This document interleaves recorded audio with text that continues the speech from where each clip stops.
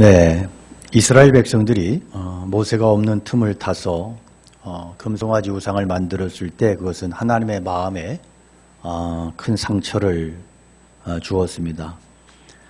이 금송아지 우상은 이스라엘 백성들이 얼떨결에 저지른 실수가 아니었습니다. 이것은 그들의 본래의 마음이 자연스럽게 표현된 것이었습니다.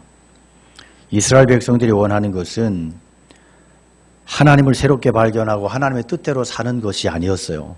그들이 원한 것은 오직 풍요로운 생활이었고, 그렇게 풍요롭게 해준다면 그렇게 해주는 그 대상이 여호와가 아니라 그 누구라도 상관이 없었습니다. 하나님께서는 모세를 통해서 이스라엘 백성들에게 큰 축복을 주시겠다고 말씀하세요. 그들이 원하는 땅, 젖과 꿀이 흐르는 땅, 축복의 땅으로 인도하시겠대요. 그러나 중요한 건 그 다음 말씀이에요. 하나님은 이스라엘 백성들과 더 이상 함께하지 않겠답니다. 하나님은 올라가시지 않고 너희들이 그렇게 환장하고 너희들이 그렇게 집착하는 그것은 내가 가지게 해주겠지만 대신 내가 너희들과 함께하지 않을 거야. 대신에 다른 천사를 보내서 그 땅을 차지하게까지는 해주겠다. 이것이 하나님의 말씀이었어요.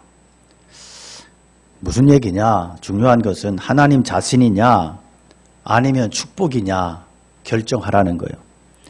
하나님은 이스라엘 백성들이 금송아지 만들었을 때 그들이 원한 것은 하나님이 아니라는 것을 아셨어요. 그들이 원한 것은 하나님이 주시는 축복이었지, 축복 자체가 중요한 것이지 하나님은 그리 중요한 분이 아니셨어요. 하나님은 그들이 원하는 것을 주시겠답니다. 그러나 지금 이 말씀은 하나님이 기쁨으로 주시겠다는 게 결코 아니에요. 조상들에게 맹세한 건 내가 지키겠다. 그러나 너희들과는 더 이상 함께하지 않을 것이다. 왜냐하면 그들은 목이 너무나도 곧은 백성들, 하나님의 말씀을 아예 들어먹지 않는 그런 백성들이었기 때문이에요. 그들은 결국 하나님의 뜻에 기쁨으로 복종할 의사가 없는 자들이었어요. 결국 하나님은 그들에게 기왕 내가 약속한 거니까 지킬 거다. 그러나 내 마음은 이미 떠났다. 너희들과 함께할 수 없다. 이렇게 선언하세요. 하나님은 그들의 중심을 이미 아셨습니다. 축복만 노리는 자들에게는요, 하나님보다 더 성가신 분이 없어요. 하나님 함께 계시면 매일 다퉈야 돼요, 하나님과. 하나님께서는 이스라엘 백성들에게 그래, 니들 하고 싶은 대로 원하는 대로 실컷 그렇게 살아봐라. 자유를 주겠다. 이렇게 말씀을 하셔요. 그러나 놀라운 것은 이런 무시무시한 결별의 말씀 속에서도 마음 아파하고 심히 애통하는 사람들이 저들 가운데 있었다는 거예요. 이스라엘 백성들은 하나님께서 내가 빠질 테니까 너희들 하고 싶은 대로 다 해라. 내가 이미 한 약속은 지키겠다고 그렇게 말씀을 하실 때 이스라엘 백성들이 좋아하지 않았어요. 가슴 아파했어요. 이걸 보면 완악한 저들에게도 약간의 신앙의 양심은 남아 있었던 것을 보게 됩니다. 그들은 하나님께서 함께 하시지 않는 축복을 기뻐하지 않았어요. 그리고 그 표시로 모든 단장품을 제거해 버립니다. 하나님은 다시 정신 차리고 겸손해진 이 백성들과 함께 하셨어요. 자, 오늘 말씀은요, 시작을 보면 아주 긍정적인 것 같아요. 여호와께서 모세에게 이르시되 너는 네가 애굽 땅에서 인도하여 있는 백성과 함께 여기를 떠나서 내가 아브라함과 이삭과 야곱에게 맹세하여 네 자손에게 주기로 한 그 땅으로 올라가라. 자, 여기까지 보면 역시 하나님은 하나님이셔, 그런 생각이 들지 모르겠어요. 하나님 조상들에게 하신 약속을 지키시겠다고 다시 한번 확인하세요. 참 얼마나 다행스러운 일이에요. 자, 이스라엘 백성들이 모세를 따라 나온 것은 하나님을 똑바로 섬기겠다, 온전히 섬기겠다, 그런 목적이, 그런 마음이 아니었어요. 견물생심이라고 그들은 하나님이 애굽보다 더 나은 땅을 주시겠다고 젖과 꿀이 흐르는 땅, 모든 사람이 탐내는 그 땅을 너희들에게 줄 거야. 그러니까 그래? 그래서 호기심에 그런 욕심으로 따라 나섰어요. 자, 그들에게 중요한 것은 선물 주는 사람이 아니고 선물 그 자체였습니다. 그런데 하나님께서 가나안 땅에 대해서는 아무 말씀도 없고 오직 하나님의 백성들은 이렇게 살아야 된다 말씀하실 때 이들은 하나님이 혹시 부도 내시는 거 아니야? 젖과 꿀이 흐르는 땅 이거 하나님이 뻥치시고 그리고 하나님이 우리를 결국은 고생시키려고 하시는 거 아니냐? 하나님을 의심했어요. 그러나 하나님은 여전히 약속을 지키시겠대요. 다시 확인하십니다.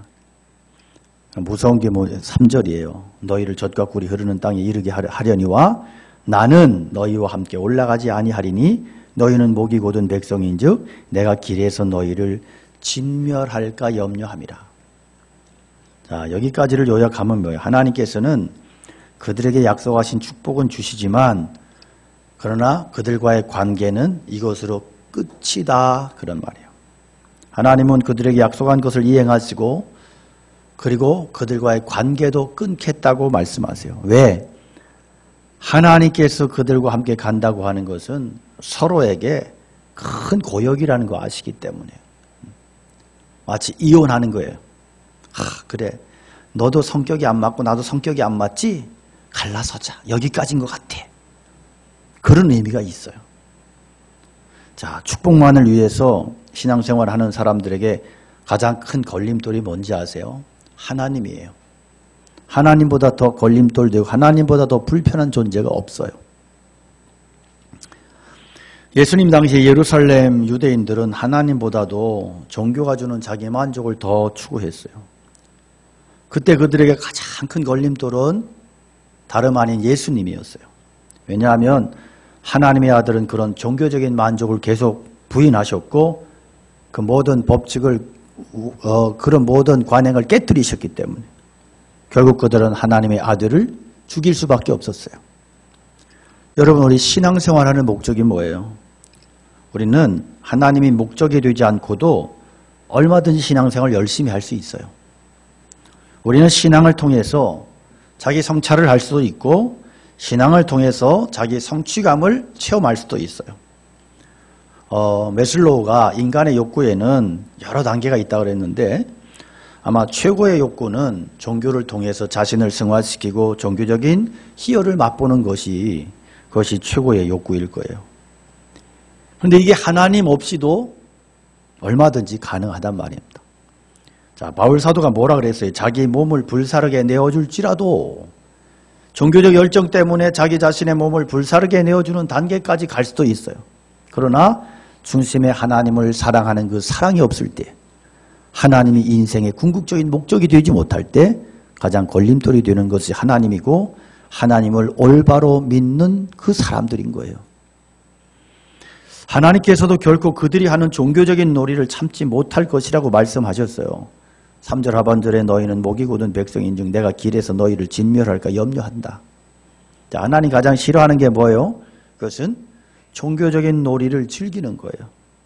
하나님이 목적이 되지 않은 채로 자기 스스로의 종교심에 도취돼서 자기 만족에 빠져 있는 거예요.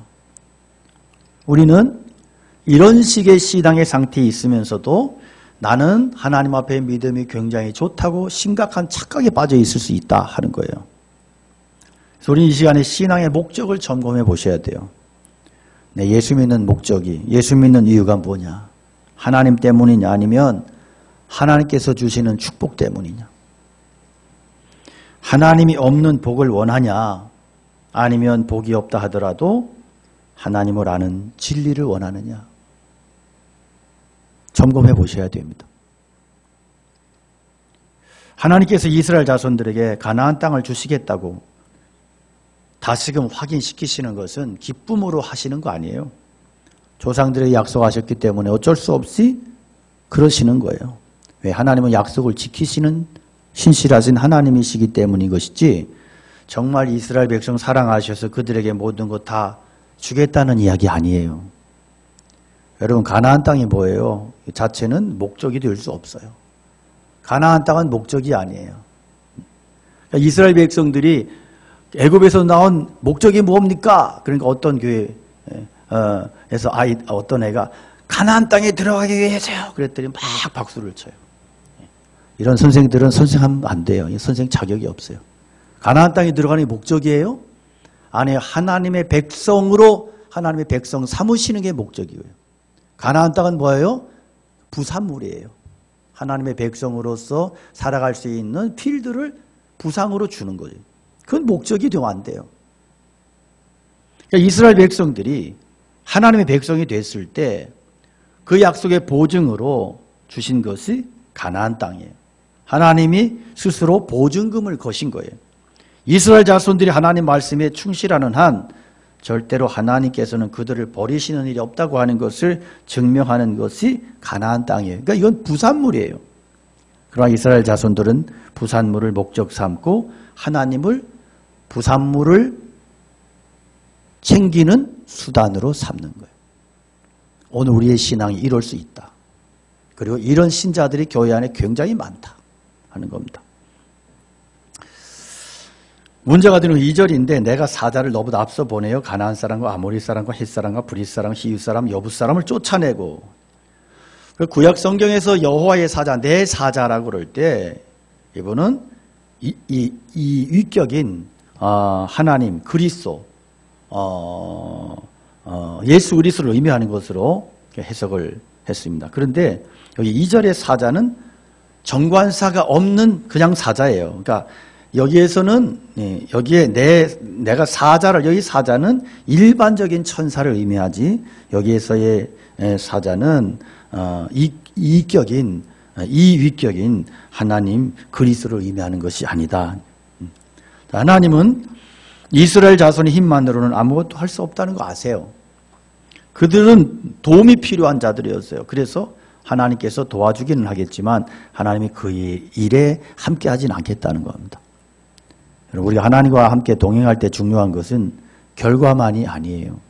그 모든 과정이 다 중요해요. 오히려 결과 자체보다도 하나님과 함께 걷는 과정 속에서 느끼고 체험하는 것이 중요해요.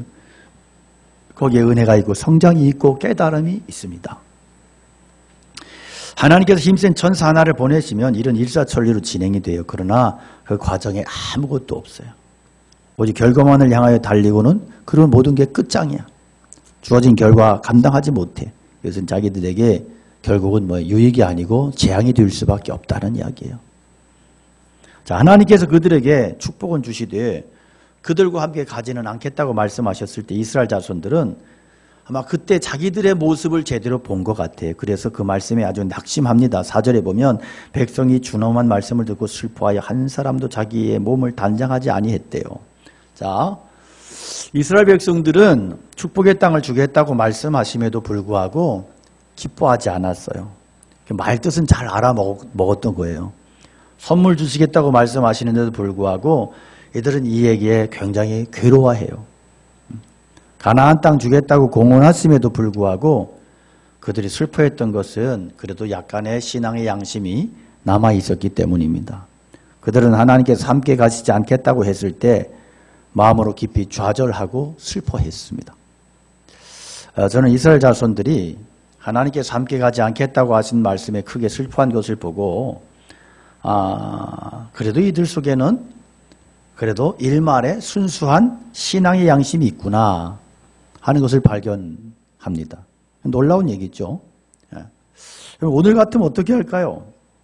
하나님께서 함께 하시든 함께 하시지 않든 이게 무슨 상관이에요. 그냥 무조건 자기들이 원하는 것만 얻으면 그만이지. 그러나 이스라엘 자손들이 한 게 뭐예요?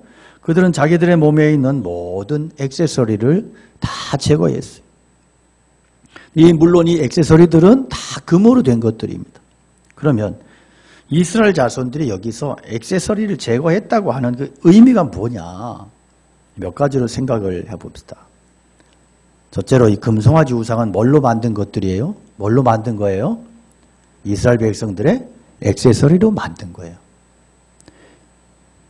그러니까 금송아지 우상 숭배의 원인의 그 가장 큰 원인이 뭐였던 거예요? 그들이 걸고 있고 꿰고 있고 차고 있던 액세서리. 이게 금송아지가 됐다. 물론 액세서리 자체가 죄는 아니. 그러나 이것들은 언제든지 금송아지로 둔갑할 수 있는 가능성을 가지고 있었다는 거예요. 자, 이 액세서리들이 어떻게 이들이 소유하게 됐어요? 이것들은 원래 그들이 가지고 있던 거 아니에요. 노예들이 무슨 귀걸이가 있고 팔찌가 있어요. 금팔찌가 어디서 나요? 노예들이. 이게 뭐예요? 애굽에서 떠날 때 애굽 사람들로부터 받은 거예요. 빨리 떠나라 니들. 원하는 게 뭐냐? 있는 대로 다녀라. 알았어요. 다 줬어요. 그래서 그거 가지고 막 나왔어요. 그러니까 이 액세서리가 하나도 없던 그런 사람들이 금으로 된 액세서리를 몸에 걸치고 걸고 꿰고 찼을 때 와, 이런 기분이었구나. 와, 대박. 얼마나 흥분하고 좋았겠어요. 말로 표현할 수 없는 거예요.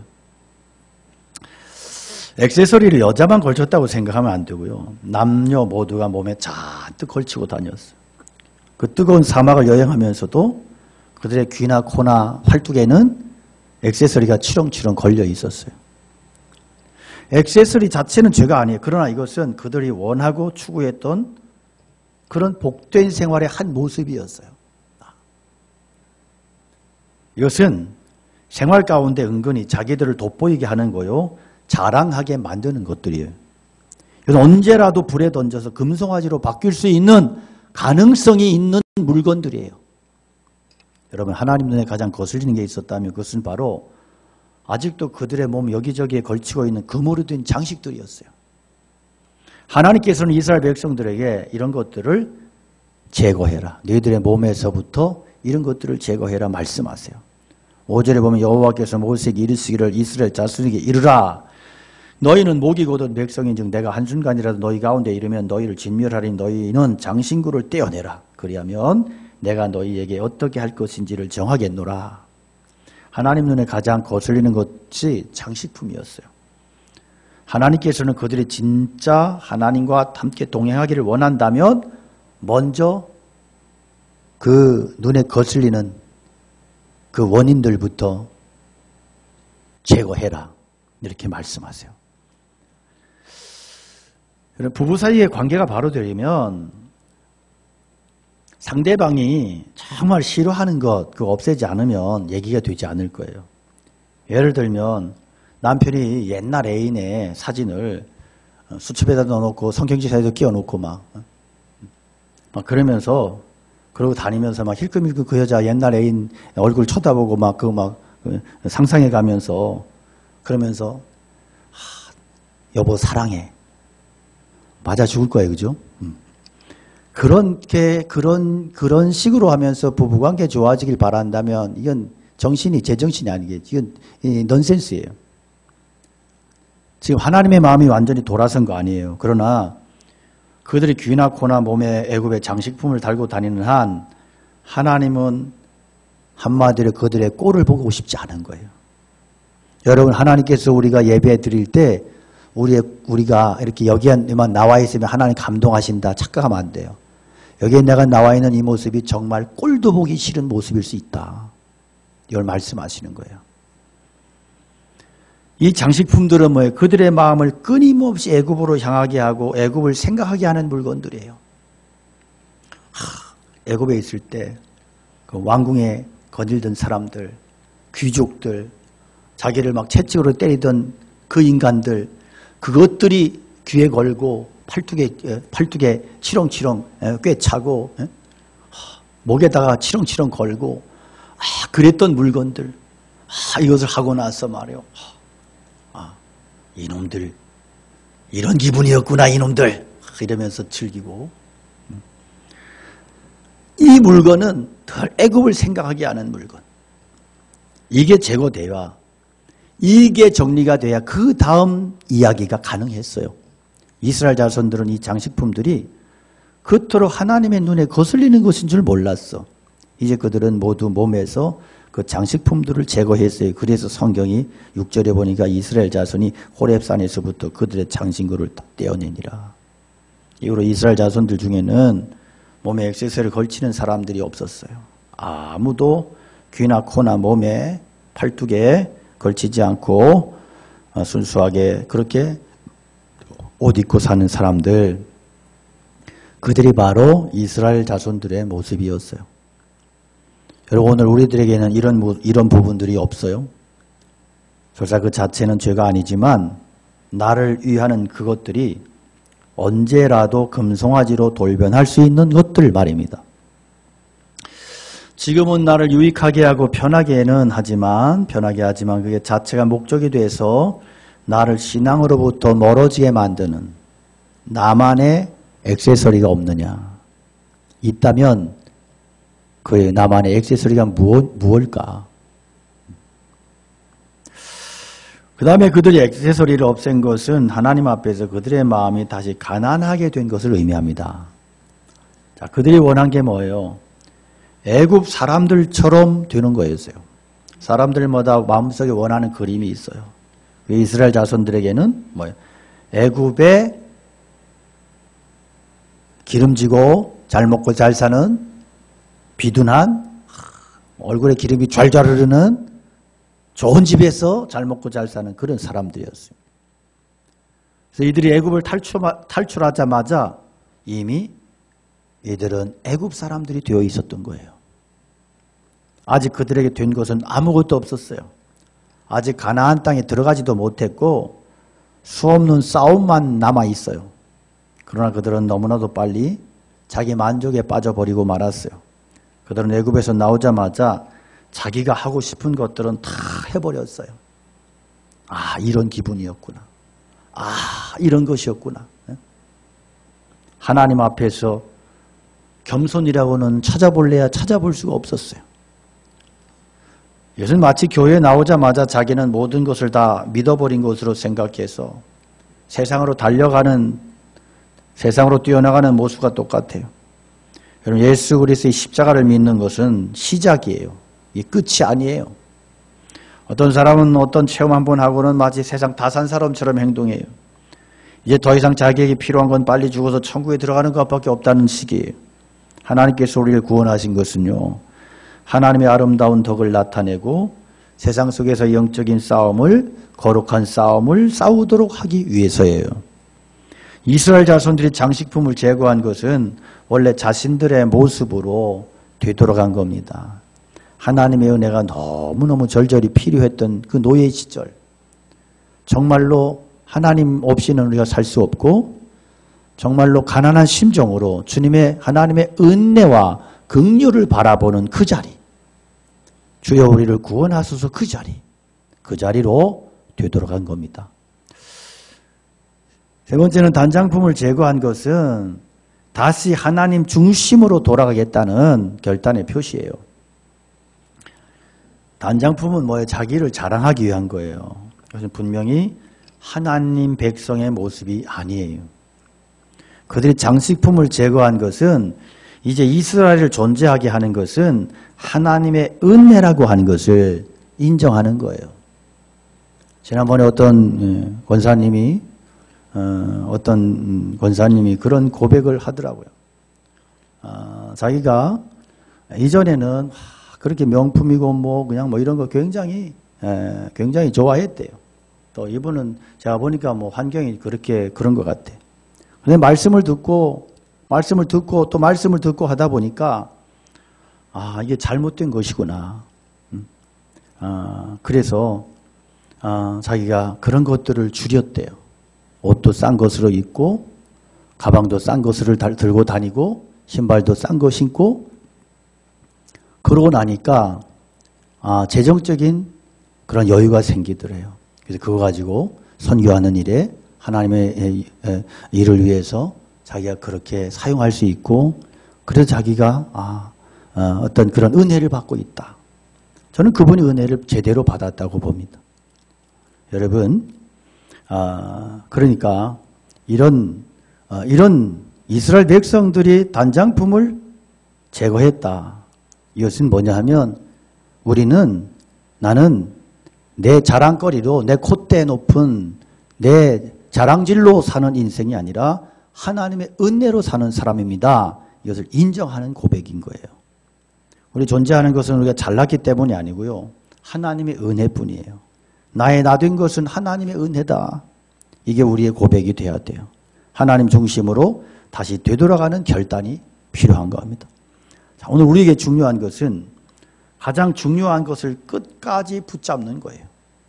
가나안 땅보다도 더 중요한 것이 율법의 말씀, 하나님의 말씀. 하나님의 말씀이 없는 가나안 땅은 그냥 한여름밤의 꿈에 불과한 거예요. 오늘날의 신자들이 너무나도 많은 것을 욕심내고 있어요. 신앙도 좋아야 되지만 세상적으로도 잘 살아야 되고 또 높은 자리에도 올라가야 된다. 그리고 이런 것들은 믿음의 열매다. 이런 식의 논리를 가지고 현혹을 하고 이런 사람들이 생겨나면 너도 나도 우리 교회 와서 간증해달라고 난리를 칩니다. 그래서 연예인들 중에서는 굉장히 스트레스 받는 경우들이 있대요. 그게 뭐냐면, 자, 신앙생활을 했어요. 신앙생활을 하다가, 신앙생활을 하고 신앙이 있는 상태에서 요즘에 많이 유행하는 뭐 미스터 트롯 같은.